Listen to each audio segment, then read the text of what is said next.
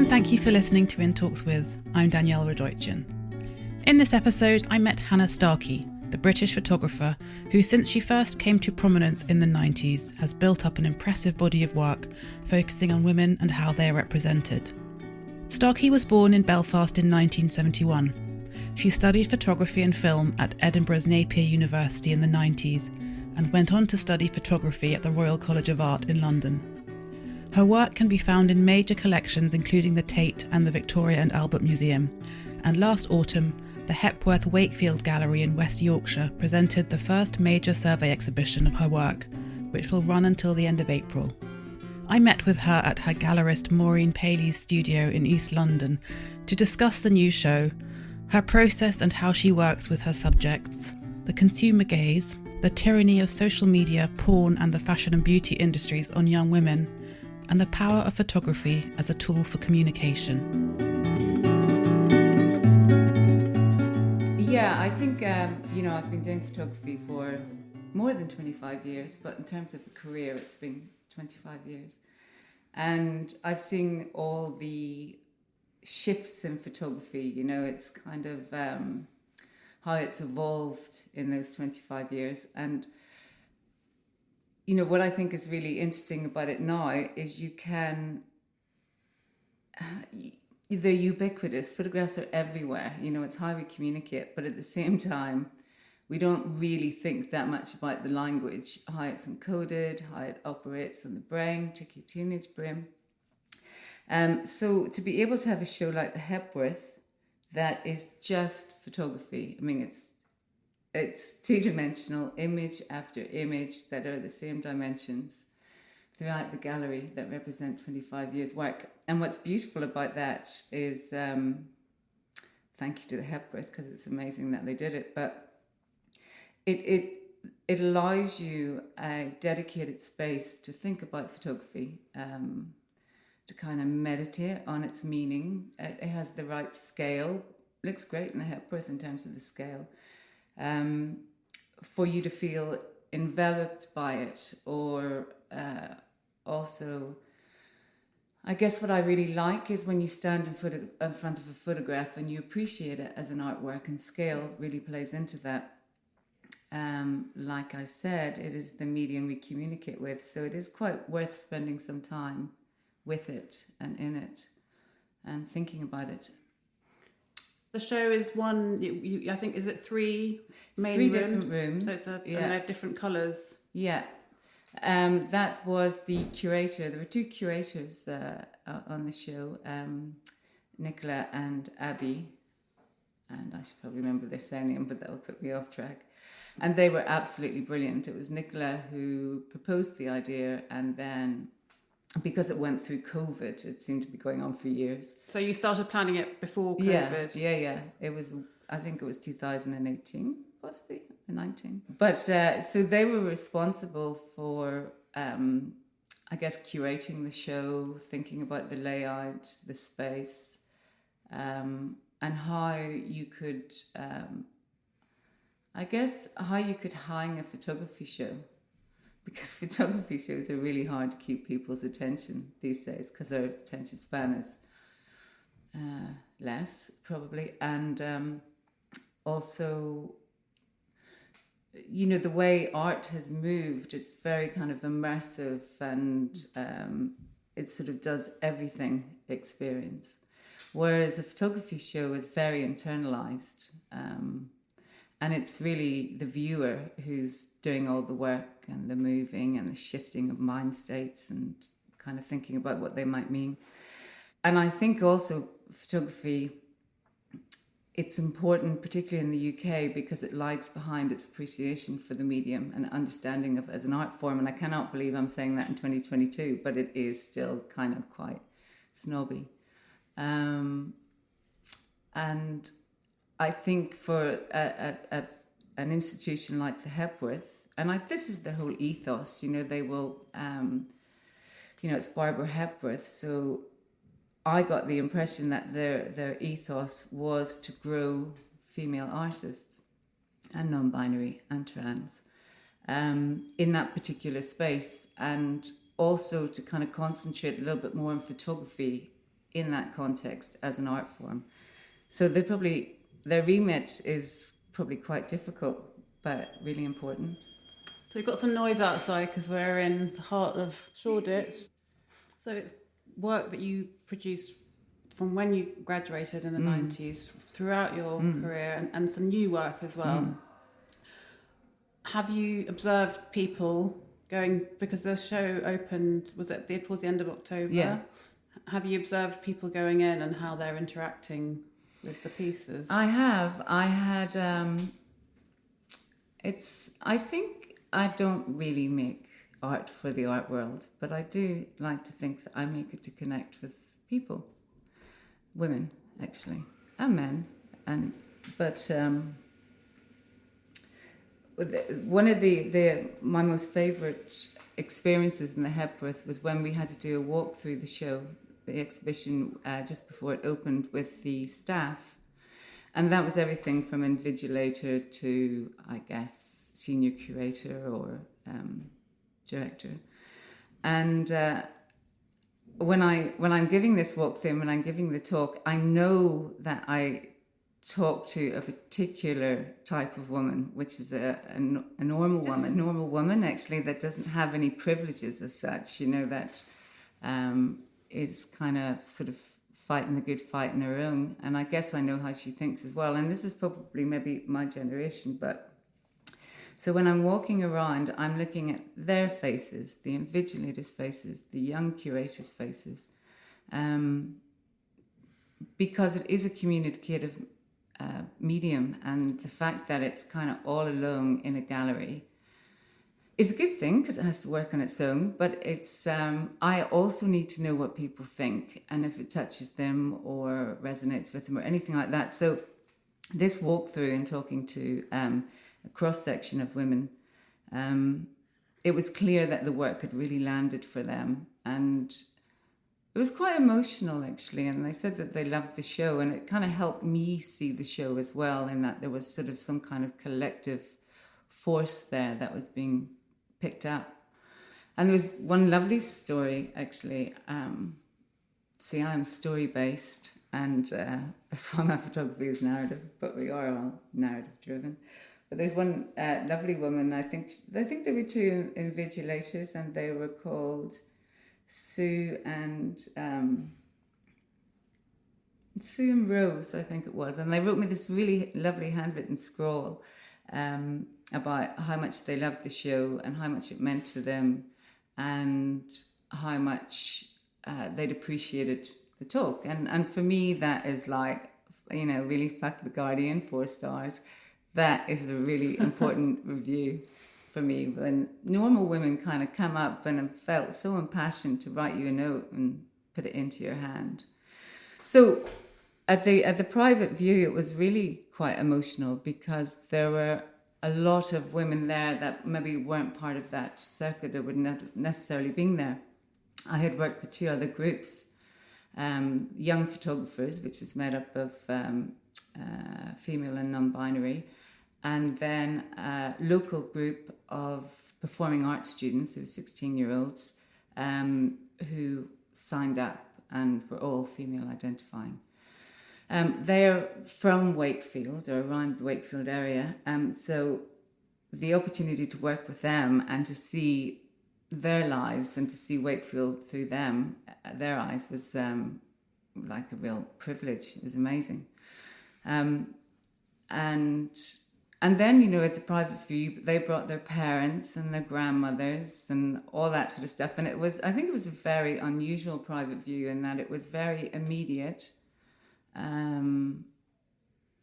emotional. Oh my God. I mean, this is kind of amazing what happened, but Yvette Cooper is, she's kind of with that region. And the Labour politician. The Labour politician, yeah, the kind of unsung hero, possibly.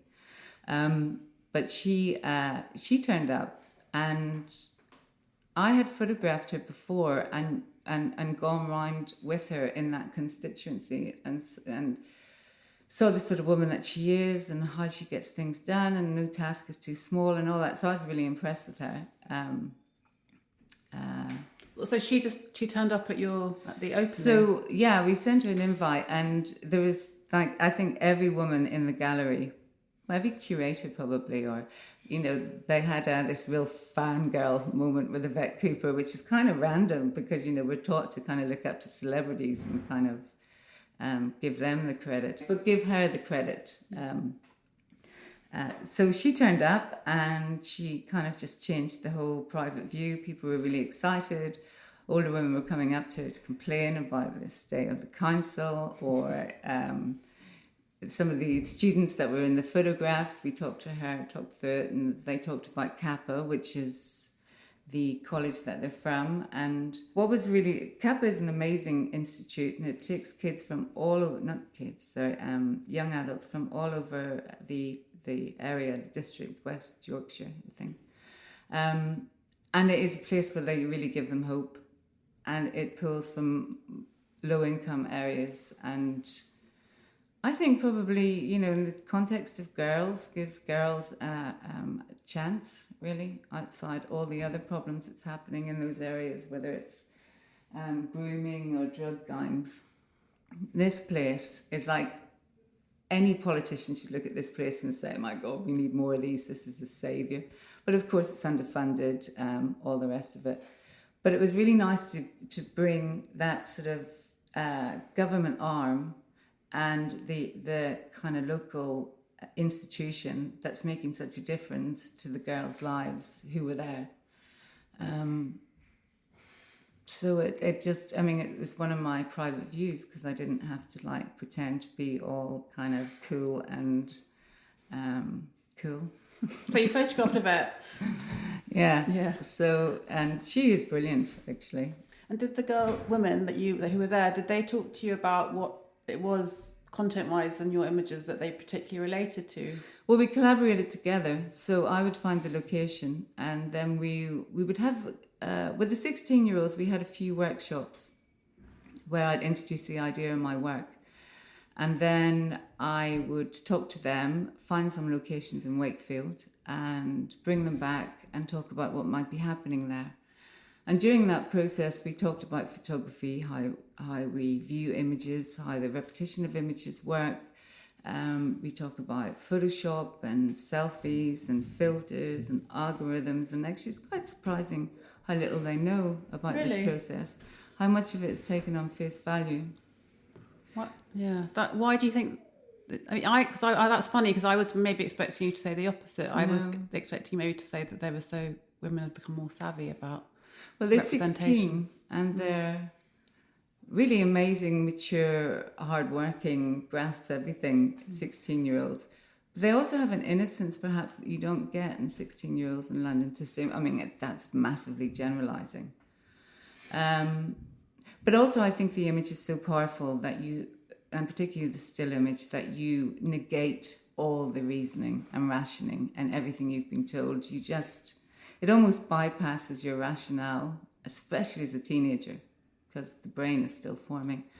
And through repetition, it kind of creates this idea of beauty, which in my day used to just be a look you could buy into. A sort of preconceived notion of beauty that everybody's supposed to hold up as an ideal. Absolutely. And that ideal is really narrow. The Instagram face. How the fuck did we ever sell that as beauty? But, there are people out there kind of, paying hard-earned cash to... and I actually think it's way more psychological than that. And in a way, I would almost say that aspects of the beauty industry are criminal, because they are involved in deep mind psychology, and they know so when you're talking to these young women about how these images have been constructed and how so much of what they're looking at has been constructed, do they was there some kind of did they come to some sort of realization, or did they? Yeah, they did, actually. If you're talking about an ad that's kind of directed to this age group, even though it shouldn't, but it's cool, it's street cool. So say something like Burberry. Right. You have to explain to them that, or maybe Burberry's too specific, but the model in that picture is probably made up of at least 10 parts of that model, and maybe some other parts from a different model. And this kind of ideal that's being built is subjective anyway. It also doesn't exist, but the most depressing thing about it is that because the message and the medium is so powerful, that we are prepared to change ourselves physically to attain that idea of beauty. And it's trying to, I guess it's trying to explain to them that things like, spots are normal. I don't know, there's something really about how particularly Instagram and beauty adverts and filters have collided to make girls feel that they either don't measure up or don't want to measure up and don't have any choice, because this is how our world works. And I think when they're very young, when they're about 13 and they start kind of absorbing these messages, it's really destructive. And it affects their self-esteem, it affects their self-worth, body dysmorphia, eating disorders. I have a daughter who's recently turned 13, and she's been talking to me about I was surprised that her friendship group, they reject, for example, Instagram, because they see it as, well, no one, they see it as for old people, but also inauthentic because of all the filters. Yeah, and that's brilliant. They've been moving towards, it's not to say that they're in any way moving away from social media, but it's just they're moving towards different platforms, like one called Be Real, where you post something, take a photo, but you have to post it almost immediately so that you don't have time to doctor it in any way. Yeah, I know. My daughter's showing me Be Real. It's great having teenage daughters. Mine are 20 and 21 now. But I've really had an insight into all of that. And it's just, I think it's girls, young women trying to fight back, trying to gain some kind of agency back over their lives. The same as with kind of gender identifying and fluidity. And it is this, I think they've just had enough of being told how they should be. And that is really fascinating. I think that's a beautiful story that your 13-year-old daughter is conscious now of wanting to put her real self out, I guess, is what it is, her authentic self. I suppose I was wondering if you sense that if there has been a shift since the Me Too movement, and just in the time that you've been working, when you look at your work, whether you can sense that there has been a shift in perceptions around how women are represented. Well, they're still used to sell shit, like en masse. It's like the percentage of, And they're always young still. Yeah, they're always young. I mean, they got really young. There was kind of a while there. And you will see this. I think what's interesting about what we're talking about is we, as mothers and parents, have a brief window to see all these influences. And I guess also what I'm kind of worried about is our kids just sort of land here and go, oh, this is how the world is, this is the measure that I have to aspire to, sort of thing. What was your question again? I was just wondering if when, in the time that you've been working, when you look back at your work, if you think there has been a shift towards something more positive. Yeah, totally. Yeah. Absolutely. I think it's definitely heading in the right direction. I think inclusivity is interesting because on one hand, I used to believe you cannot be what you can't see. So if you're not represented in our visual culture, how can you aspire somehow? And I used to really rail against the prevalence of the Western beauty ideal and how it was the only ideal in which women were prepared to kind of put themselves through all sorts of things in the name of this pursuit. I think the fact that shit is over is really good. But I also think that the brands somehow they've opened their consumer base as well. So you will get a body type that represents curvaceous or larger or whatever else. But it is a type. We're still being so body types. And there's a part of me that thinks you're just covering all your bases now. That's what I'm sort of trying to get at, is like, are a lot of it just tokenism? Yeah. Stop telling me how I have to be. Yeah. So it's really complex. Yeah. And I think, our daughters are in the visual age, and they're working all this out for themselves. It's just the repetition of these images at a very early age can be really sneaky, because even if you don't buy into it, the society is buying into it and but in saying that, I've been working for 25 years through the 90s. Towards the end of the 90s, it was like, wow, this is female equality, because I can get a job now. I can work in the photography industry. I can have my career. But you consciously felt that at the time, Yeah, did you? absolutely. I thought, That's interesting. and even though when you're bringing through work that's photographing women in a different way, or talking about female subject matter, I really did feel so strong at that time that the world was changing, and inequality and sexism, misogyny, and all those kind of things would disappear. And of course, you got the few hardliners, that were like, I always thought the kind of predators, of which I didn't meet many in my life, but they were from a bygone age where sexism flourished. And in a world where it's a man's world, it's very hard for a woman to kind of climb, I guess, up the ladder without having to depend on her male counterparts. And sometimes that type of power is open for abuse. And I would never buy into that. And particularly the idea that my value was in my looks, or that I needed to be successful in life. I needed to buy into these kind of ideas. So I felt really strong. It's funny because that was that whole time that sort of lad culture was happening. Lad culture came through, like really, it was almost like there was like some kind of big fist, like a Trumpian fist, that came down on the table and said, enough of this. And suddenly women were massively devalued. That's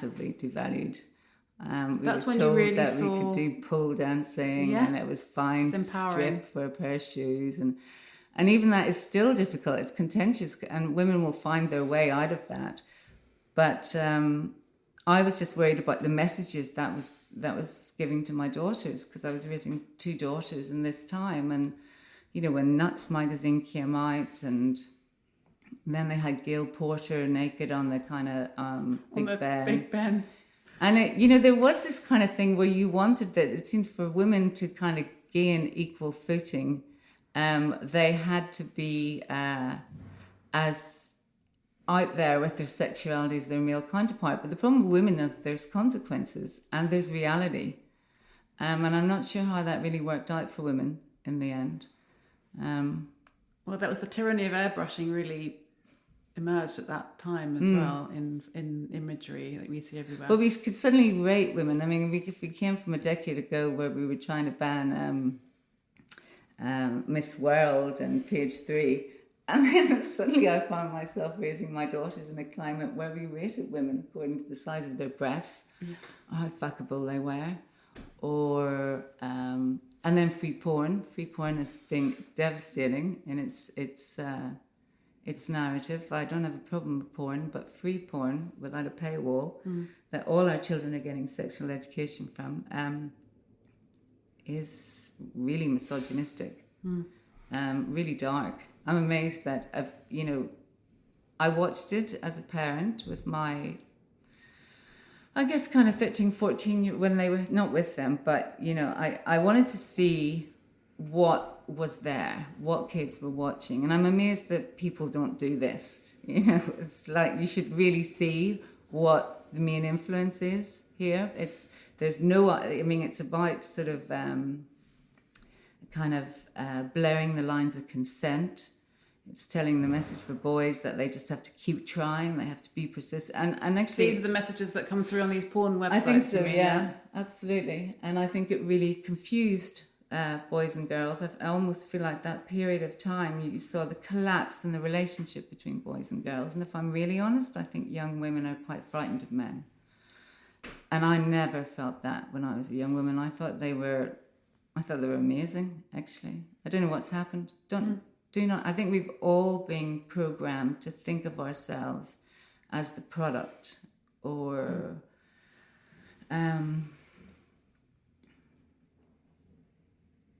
we're sold very particular ideas on male and female, which is why I think it's fascinating, particularly with your daughter's generation, that the idea of gender is opening up, because it's kind of, men got bigger, women got smaller. It's the porn thing, porn thing is massively problematic, because now, and I kind of used to do a lot of research in this until it depressed me too much, but the idea that girls don't think that sex is for them, or, you can see where this is going and why we're at this stage now where... Where do you think it's going? I mean, where can you see it going? Well, I think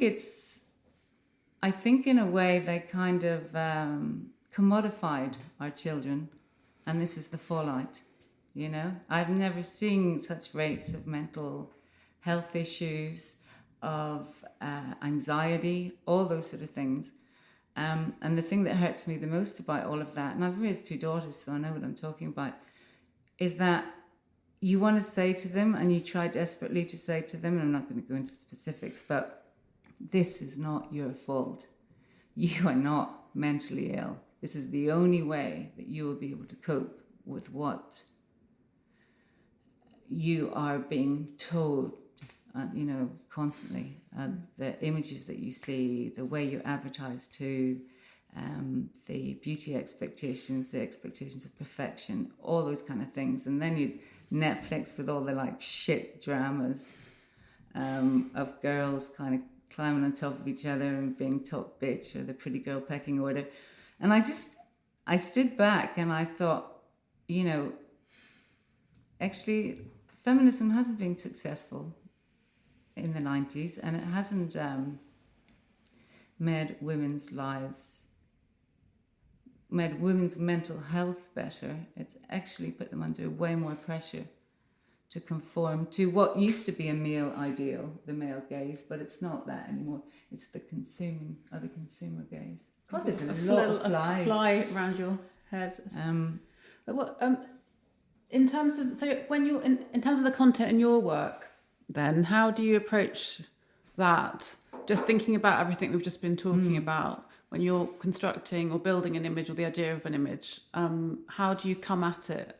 I was looking at the poster for the exhibition at Wakefield, which I think is called Kirkgate Towers, and it's this beautifully balanced photograph where you see a woman from behind and she's standing on a balcony, or what you tell me. To me, I just got this amazing sense of balance from looking at it, and I could see the colours and how it's all coordinated, and the way her hair is half blonde, half black. Ella, she's fantastic. She's a 16-year-old from Kappa, a performing arts student, and I worked with about 10 of them. It was voluntary; they could sign up if they wanted, and they were really amazing girls.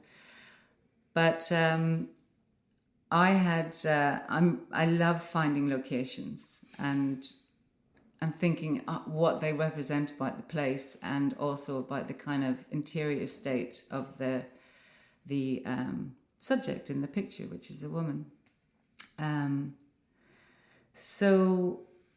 also I was thinking, because it was a collaboration, and I'm 50, that my world that I came from is very different from theirs. But I do have insight from being a parent and a visual artist, and understanding what processes are manipulating us from behind the scenes. So the collaboration was that I guess actually I'm not really sure what the whole collaborative process was. It was for me to kind of talk to them about photography, and then for them to sort of have some understanding, so that when they're in a photograph that they can take their own agency in a way. I guess sounds very complicated, but it's just also creating narrative, so maybe I think my My venues were all fairly stereotypical, and they all looked really northern.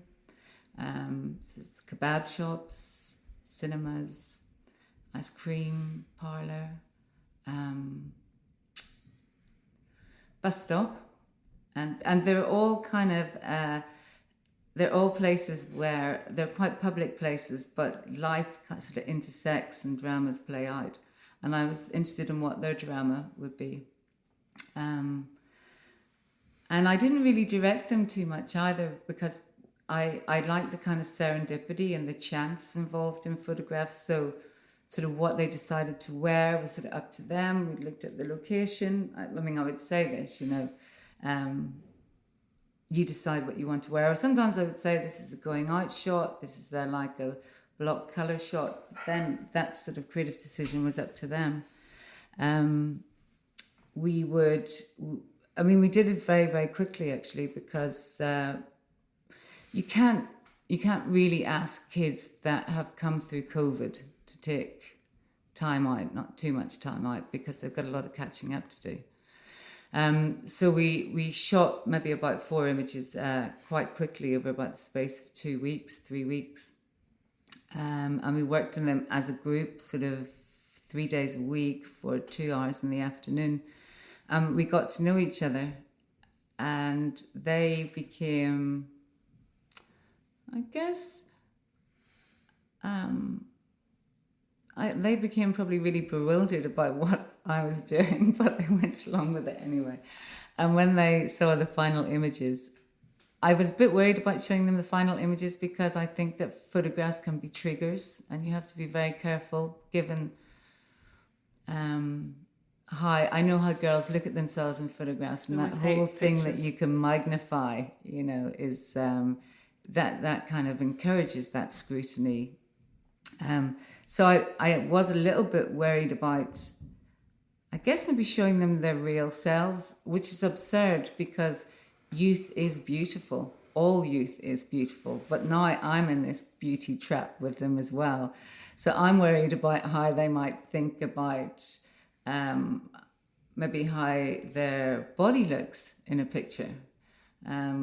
And I have to try and mediate that with the intensity and the quality of the picture that I find girls very self-critical and very hard on themselves. And if they say, I don't like that one because I don't like the way my body looks in that one, do you then say... None of them said that. Right. And they might have felt it, but they didn't say it. And I'm not sure why that was. Maybe it was because they didn't know me well enough, or they liked the picture. I'm not sure. And I didn't want to go there so much. I mean, if they said they didn't like the picture, I wouldn't use the picture. But if it's something like, I think I look a bit bloated in that, then I'm going to have to sort of kind of make that image in a different way, that isn't about this is her body and this is what she looks like. I don't know, it's really complicated, and I'm actually I don't think as a woman I will ever be able to untangle myself from beauty and observing myself through that sort of prism. But I think these photographs, because they're performing arts students, so they already know how to divorce themselves from themselves, separate themselves from themselves, and play a character. So I think that and actually I think there's a lot to be said with photography and merotherapy when it comes to eating disorders and the perception of yourself. Because it is quite nice to take yourself as a character and play with that character, and how that character be sitting, and what kind of, how do we read the exchanges in a still image, where there's no movement, there's no sound, anything like that. So it's just to take them away from maybe photography being about you and what you look like, to photography being a story really about hopefully women in the pictures that you identify with, that don't make you feel shit about yourself, actually. That's great. Okay. I That's a perfect place to end if you're Good. happy to end there. Brilliant. I told you Yeah. I'm a talker. Well, you made it very easy, so thank you very much. Thanks, Hannah. I enjoyed it a lot. Thank you.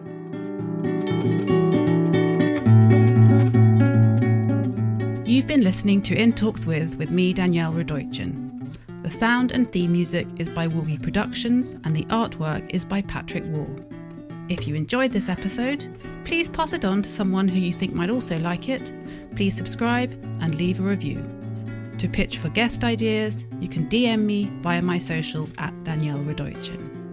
Thanks for listening.